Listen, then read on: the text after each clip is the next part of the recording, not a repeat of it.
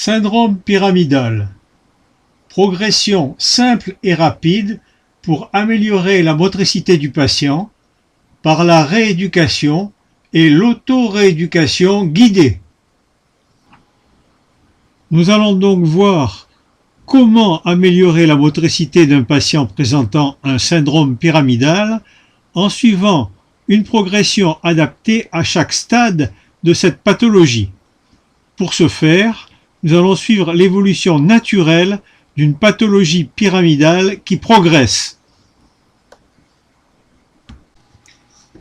Rééducation au stade 1 de Brunstrom. À ce stade, le patient est incapable d'effectuer le moindre mouvement, ni mouvement volontaire et ni mouvement réflexe. C'est la phase flasque. La rééducation est donc passive et douce, ou mieux, autopassive si le patient en est capable. Le but principal étant de conserver les amplitudes des mouvements. À noter que la rééducation passive et dès que possible autopassive doit être poursuivie tout au long des 7 stades de la rééducation pour éviter les rétractions et gagner progressivement en amplitude lorsqu'il existe des rétractions. Exemple de mouvement à effectuer dès le stade 1, l'élévation de l'épaule en position couchée sur le dos. À noter que dans cette position d'élévation, il n'y a aucun risque de luxation de l'épaule, comme le prouvent les radios de patients faites dans cette position. Au contraire, c'est une position hyper stable puisque tous les muscles deviennent coaptateurs. Au niveau de l'épaule, même le faisceau inférieur du grand pectoral, qui est toxique en position le long du corps, les bras le long du corps, change de physiologie et devient coaptateur. Sur ce schéma, on voit la flèche 1 qui symbolise l'action du faisceau inférieur du grand pectoral. Cette action est une action luxante. Il suffit d'un peu de spasticité dans ce muscle pour aggraver la subluxation de l'épaule de l'hémiplégique. Lors de l'élévation du membre supérieur au-delà de 90 degrés, le faisceau inférieur du grand pectoral change de physiologie et devient coaptateur lui aussi, comme tous les muscles de l'épaule. Donc aucun danger de subluxation, position hyper stable. Voir à ce sujet l'article de Roland Sultana intitulé « La surprenante physiopathologie du faisceau inférieur du grand pectoral dans les hémiplégies » qui est disponible gratuitement sur le site internet Kinédoc.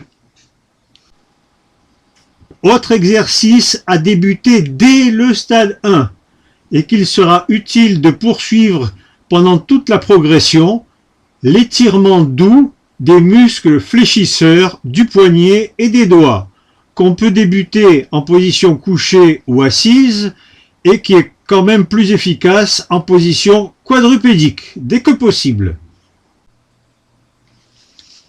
Rééducation au stade 2 de Brunstrom.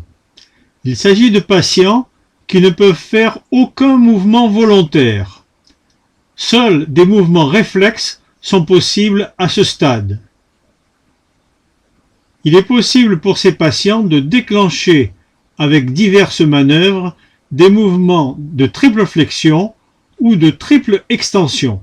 Ces mouvements sont encore appelés syncinésie de coordination en flexion ou en extension, ou encore mouvement holocinétique de flexion ou d'extension.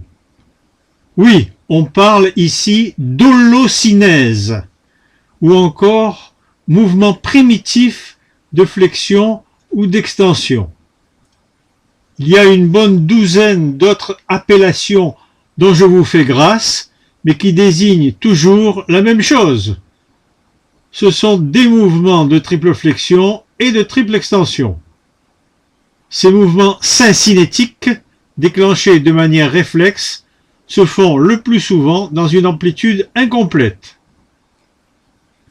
Alors, le but de la rééducation n'est pas de rester à ce stade 2, mais de passer le plus rapidement possible au stade 3, où ces mouvements syncinétiques de triple flexion et de triple extension peuvent se faire de manière volontaire. Nous allons voir quelques exemples. D'abord, l'exercice le plus utilisé, assis, debout, assis, que l'on commence dès ce stade, voire même avant.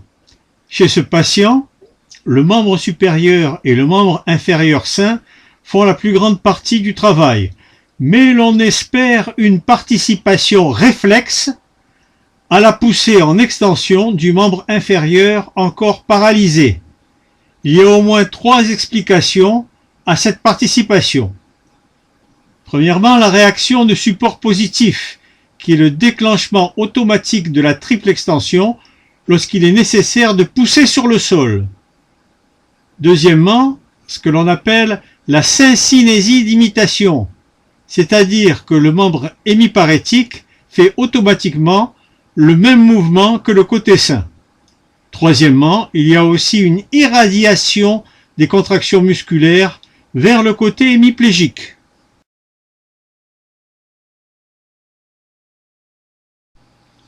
Un autre exemple de la rééducation au stade 2, ce patient qui présente une sclérose en plaques.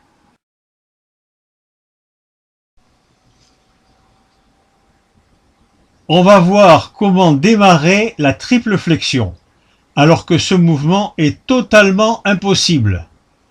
On va associer 2 facilitations. Premièrement, on place le rachis, et en particulier le rachis lombaire, en flexion, pour pouvoir bénéficier de l'action du réflexe tonique lombaire en flexion, ce qui oblige à placer le pied de l'autre côté sur des coussins. Deuxièmement, on utilise la manœuvre de Foix, Marie et Bechterew qui permet de démarrer la triple flexion. On demande ensuite au patient de prendre le relais par une contraction volontaire. Le patient est tellement content du résultat qu'il serre la main du thérapeute. Il me serre la main. Donc, on repart ici. Allez-y, pliez, pliez, pliez, pliez, pliez, pliez, pliez, pliez, pliez, pliez, pliez. Ça fait pas trop mal? Du tout. Vous le sentez quand même un petit peu. Un petit peu. Je sens comme une petite douleur, mais...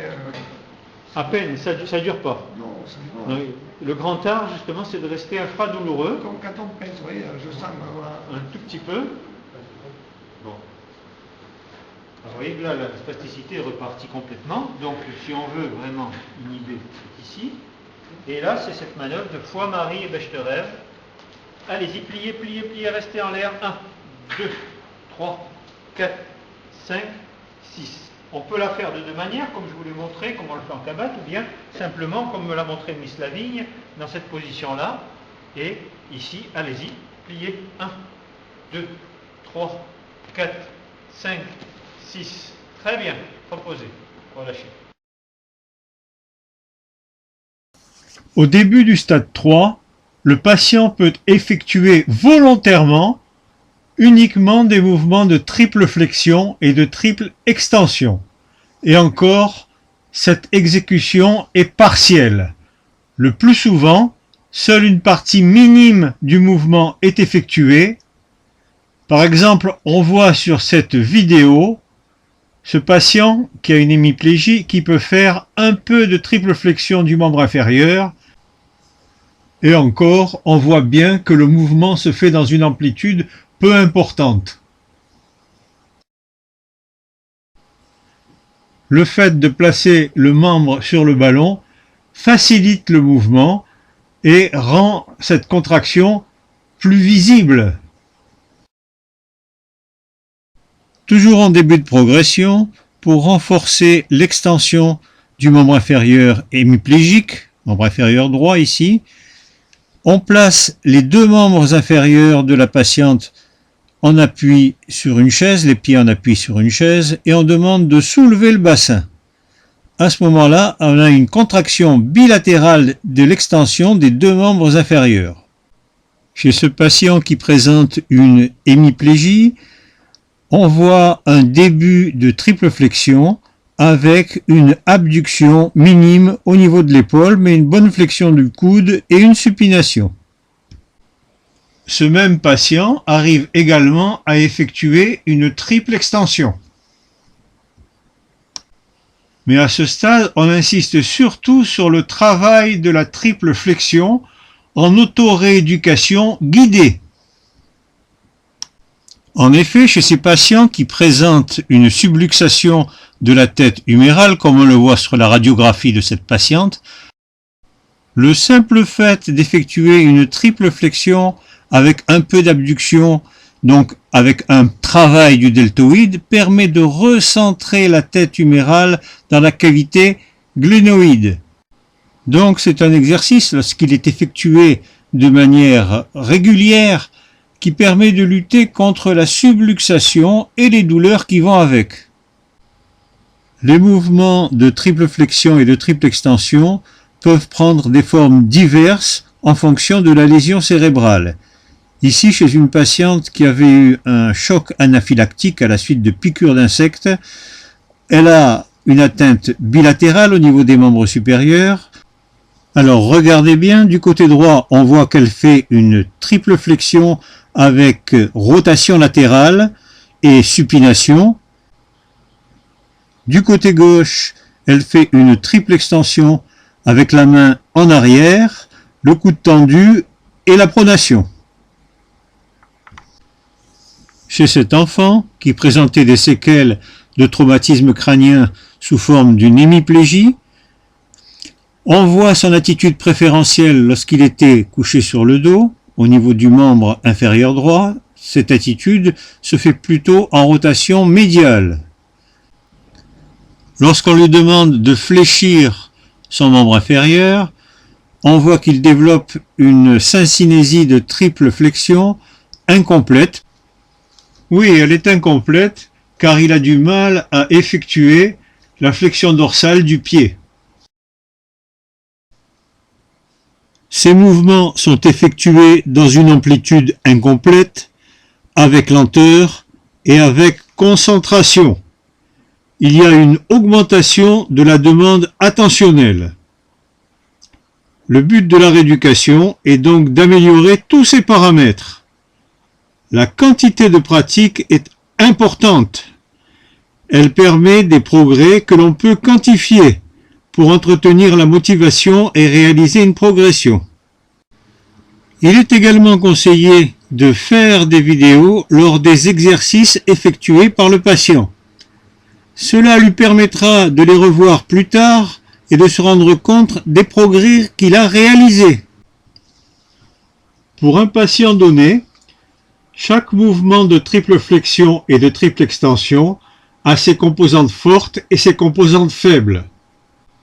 Chez ce patient hémiplégique, lors de la triple flexion, la flexion du coude est une composante forte. Par contre, la supination de l'avant-bras est une composante faible. Chez cet autre patient, lors de la triple flexion du membre inférieur, la flexion de hanche est la composante forte. Par contre, la flexion dorsale du pied est une composante faible. En tout début de progression, on développe ce qui est possible, ce qui est présent, en particulier les composantes fortes qui ne sont pas si fortes que cela. En progression, on va chercher à développer les composantes faibles.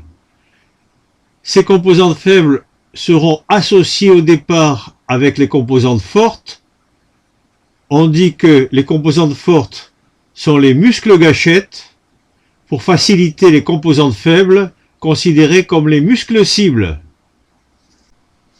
Dans cet exercice de triple flexion que nous avons déjà vu, on va demander au patient de se concentrer surtout sur l'abduction de l'épaule et la supination, qui sont les composantes faibles.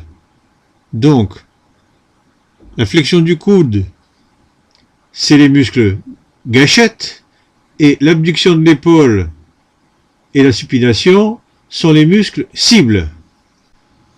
Lors de la triple flexion, si l'on veut renforcer la flexion dorsale du pied, on peut donner une résistance à la flexion de hanche qui va irradier vers la flexion dorsale du pied. C'est ce qu'on appelle la manœuvre de Strumpel.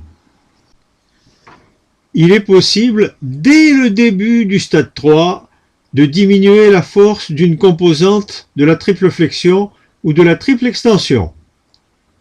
C'était le cas pour ce patient hémiplégique que nous avons déjà vu, qui pouvait faire une triple extension et que l'on a entraîné à effectuer une triple extension modifiée. C'est-à-dire une triple extension avec le grand pectoral et le grand dorsal qui se contractent peu. C'est un exercice très important à ce stade, capital. Alors, chaque fois que possible, lors de la descente du bras, on demande au patient de freiner la chute. Au début du stade 3, c'est souvent impossible. Mais dès qu'il y arrive, c'est le début du stade 4.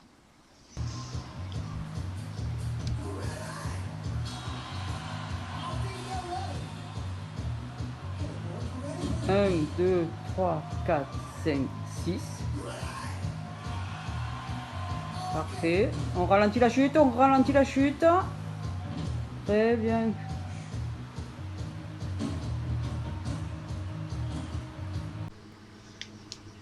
C'est au stade 3 que commence à apparaître ce qu'on appelle l'attitude préférentielle du patient ou encore le schème dominant du patient.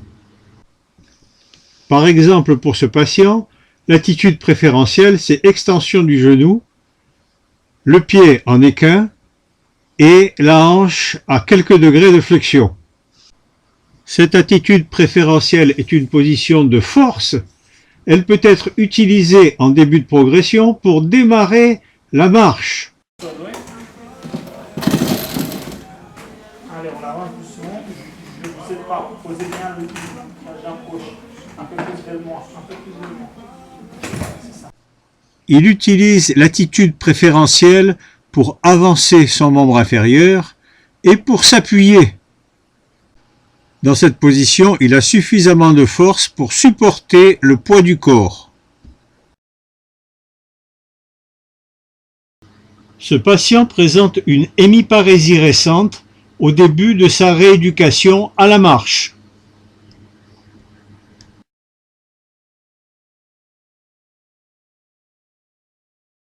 Il ne faut pas croire que cette manière de marcher adaptée à son handicap actuel va se fixer définitivement dans le cerveau du patient. Elle va se modifier dès que le patient va progresser.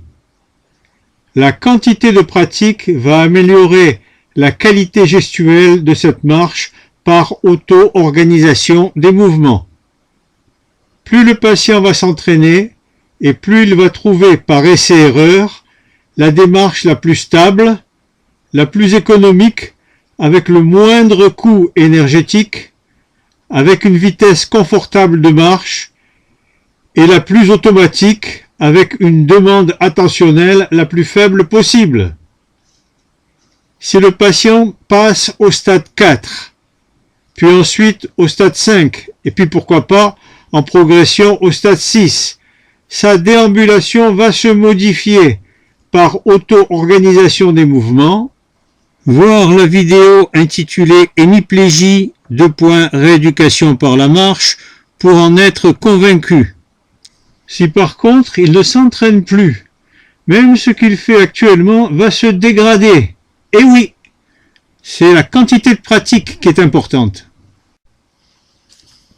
Rééducation au stade 4 et au stade 5 de Brunstrom. Le patient peut maintenant effectuer assez facilement les mouvements de triple flexion et de triple extension.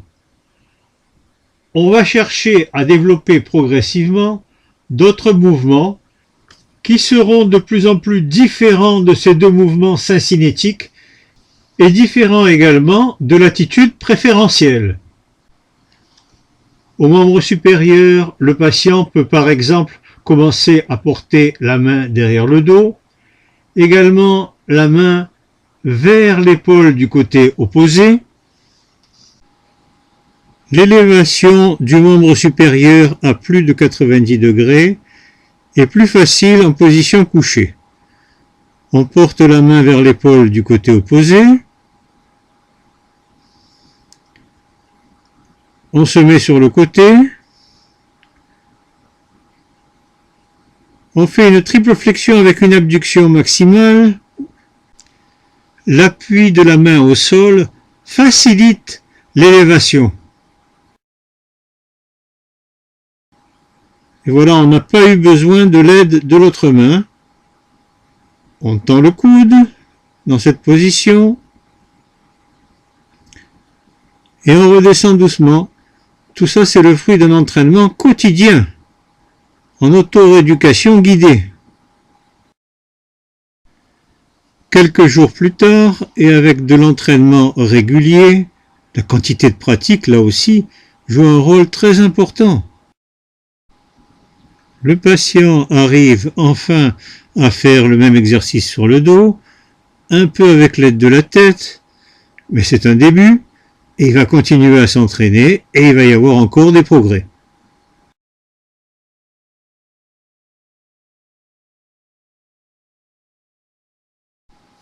Au niveau de la main, après des mois, l'extension commence à apparaître dans cette position de supination qui est une facilitation.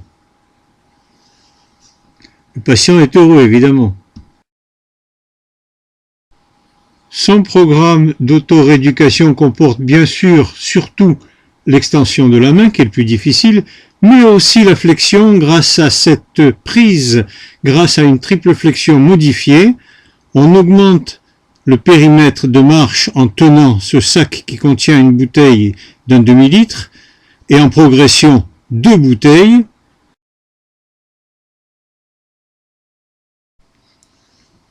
Et à ce stade, comme à tous les stades, on n'oublie pas les étirements, assouplissements, en particulier chez ce patient, l'ouverture de la main en position quadrupédique. Autre exercice intéressant à travailler à ce stade, au niveau du membre supérieur, l'abduction avec le coude en extension. Donc l'extension du coude avec abduction, c'est un exercice typique de ce stade. Alors on commence en position couchée, où c'est beaucoup plus facile, et comme tous les autres exercices, petit à petit, on va pouvoir se redresser et se mettre en position debout ou assis pour faire pratiquement les mêmes exercices. Mais on peut se redresser progressivement en mettant des coussins ou en étant sur une table de verticalisation. Dès que possible, on va pouvoir effectuer les exercices préconisés par le professeur Graciès dans son contrat d'auto-rééducation guidée dans la parésie spastique. On voit ici l'abduction active de l'épaule en position debout. Cela va permettre d'augmenter le stock de mouvements disponible. Il y a beaucoup d'autres exercices qui sont possibles à ce stade et que l'on peut trouver dans ce contrat d'auto-rééducation guidée dans la parésie spastique du professeur Graciès, comme par exemple ici, l'ouverture complète active de la main. Toujours au stade 4 et 5, dans le but d'augmenter le nombre de gestes à la disposition du patient, on peut aussi utiliser certaines fiches de la fondation de Garches, par exemple cet exercice fonctionnel qui consiste à passer une petite bouteille d'une main dans l'autre. Au membre inférieur, un des premiers exercices possibles pour sortir des mouvements de triple flexion et de triple extension, c'est cet exercice qui consiste à passer de l'extension-abduction à la flexion-adduction et inversement, on passe de l'un à l'autre plusieurs fois. Autre exercice qu'on démarre assez rapidement, la recherche de l'abduction. D'abord en flexion, c'est assez facile puisque l'abduction est une composante faible de la triple flexion, donc on essaye de le développer au maximum et puis dès que c'est possible, on met la hanche le plus en extension possible tout en demandant une abduction. Toujours la recherche de l'abduction de hanche avec le genou en extension et la hanche en extension, mais cette fois-ci en position debout, donc beaucoup plus difficile. Chez ce patient qui présente une hémiparésie droite, on a mis les électrodes d'électromyographie sur le moyen fessier et on a enregistré, lorsqu'il écarte son membre inférieur droit, la contraction de ce muscle. À noter que quand on fait écarter le membre sain, on a aussi une activité du moyen fessier comme stabilisation du bassin dans le plan frontal. On va pouvoir également, à ce stade, travailler l'extension de hanche avec la flexion du genou. Au début dans une amplitude incomplète et dans un temps relativement court. En progression, on va augmenter la durée et on va également augmenter l'amplitude du mouvement. Cet enfant présentait les séquelles d'un traumatisme crânien. On le voit ici plus d'1 an après l'accident initial. Au niveau des membres inférieurs, la motricité est dominée par les mouvements de triple flexion et de triple extension. Mais il commence à faire des gestes légèrement différents de ces deux mouvements syncinétiques. C'est donc le début du stade 4. Regardez bien le membre supérieur droit. Il est à la fin du stade 4 et au début du stade 5 de Brunstrom. Il peut faire de nombreux mouvements, mais dans une amplitude incomplète. Par exemple, il ouvre la main, mais le poignet reste en flexion.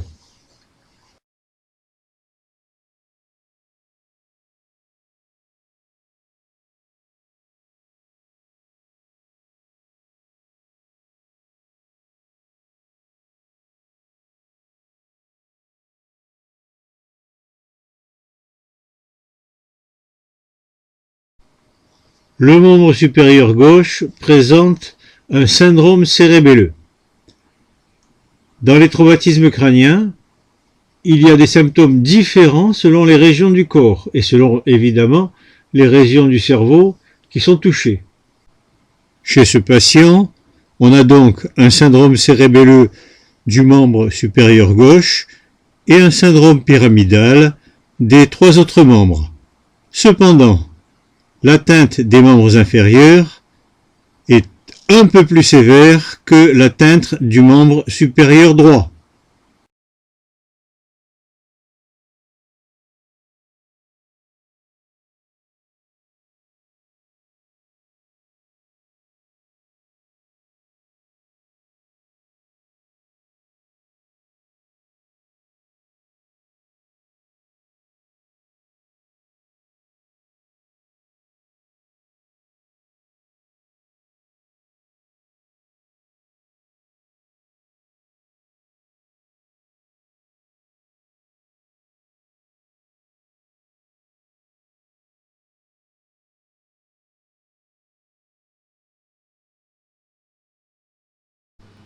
Nous allons voir maintenant un patient au stade 5 de Brunstrom. Voilà. Deux bras en l'air, le plus haut possible, tendu, sur le côté. On ferme la main, on ouvre la main, on met la main comme ça vers le haut, on tend le coude en même temps. Allez, on essaie de tendre le coude des deux côtés, il y en a un qui a un peu de mal. Hein. Tendez bien, bien droit. C'est le maximum que vous puissiez. Ouais, maximum. Et devant, le serrement. Les deux mains. Voilà. Tendez bien les deux coudes, qu'on voit bien la différence entre les deux. Il y en a un qui reste un peu fléchi. Un peu fléchi. Un peu fléchi. Au stade 6 de Brunstrom, les mouvements peuvent se faire dans toute l'amplitude, mais le patient qui a récupéré conserve une maladresse. La rééducation est alors semblable à celle d'un syndrome cérébelleux, c'est-à-dire qu'il s'agit d'une rééducation et d'une auto-rééducation essentiellement fonctionnelle, comme l'augmentation du périmètre de marche, l'apprentissage des chutes, l'habillage chronométré et les activités de la vie quotidienne quantifiées. Avec des exercices de complément ludiques sportifs comme par exemple les jeux de ballon, la danse, les exercices inspirés par les arts martiaux, etc. Comme très souvent en rééducation neurologique, il s'agit aussi de lutter contre le déconditionnement à l'effort, et en particulier le déconditionnement à l'effort aérobie. Cette patiente présentait une sclérose en plaques au stade 6, c'est-à-dire que quand on lui faisait un bilan neurologique, on ne trouvait pas grand-chose. Un peu de spasticité sur les muscles extenseurs et en particulier sur le triceps sural, et c'était tout. Mais lors de la marche, très rapidement, la spasticité augmentait et il y avait le pied qui traînait au sol, un équin en quelque sorte, ça gênait la marche et ça diminuait son périmètre de marche. Je lui ai mis des poids-sangles aux chevilles. De cette manière, à chaque phase oscillante de la marche, elle devait recruter la triple flexion pour soulever les pieds du sol. Et ainsi, elle marchait beaucoup mieux et elle a plus que doublé son périmètre de marche en fin de séjour en centre de rééducation. On lui faisait aussi un renforcement de la triple flexion et en particulier de la flexion dorsale du pied pour lutter contre cette spasticité en extension, pour lutter contre ces influx extensogènes, influx en extension. Une autre patiente qui présentait également une sclérose en plaques, elle avait un recurvatum douloureux lors de la marche. Lorsque vous lui faisiez son bilan neurologique, on s'aperçoit qu'elle est au stade 6 de Brunstrom, puisque comme la patiente précédente, elle pouvait faire tous les mouvements possibles. Il y avait un peu de spasticité sur les muscles extenseurs, là aussi, et en particulier sur le triceps sural. J'ai supprimé ces douleurs instantanément en lui faisant porter des chaussures avec un petit talon. Ça suffit pour supprimer le recurvatum et donc pour éliminer les douleurs. Grâce à ces chaussures à talons, plus de douleur, on a pu augmenter le périmètre de marche et elle devait faire tous les jours, pendant des années, 3 km. Elle enregistrait ses performances grâce à son podomètre qu'elle nous montre sur cette photo. C'était l'ordonnance du docteur Philippe Bardot qui lui a dit « Tous les jours, il faut marcher au moins 3 km. » Marcher 3 km avec des chaussures à talons, c'est bien, mais quand on a un peu de spasticité, ça risque d'entraîner un équin. Donc pour éviter ce problème, elle devait faire quotidiennement cette posture que nous voyons, posture anti-équin bien entendu, sans recurvatum, en gardant les genoux légèrement fléchis. Peut-on associer les deux techniques?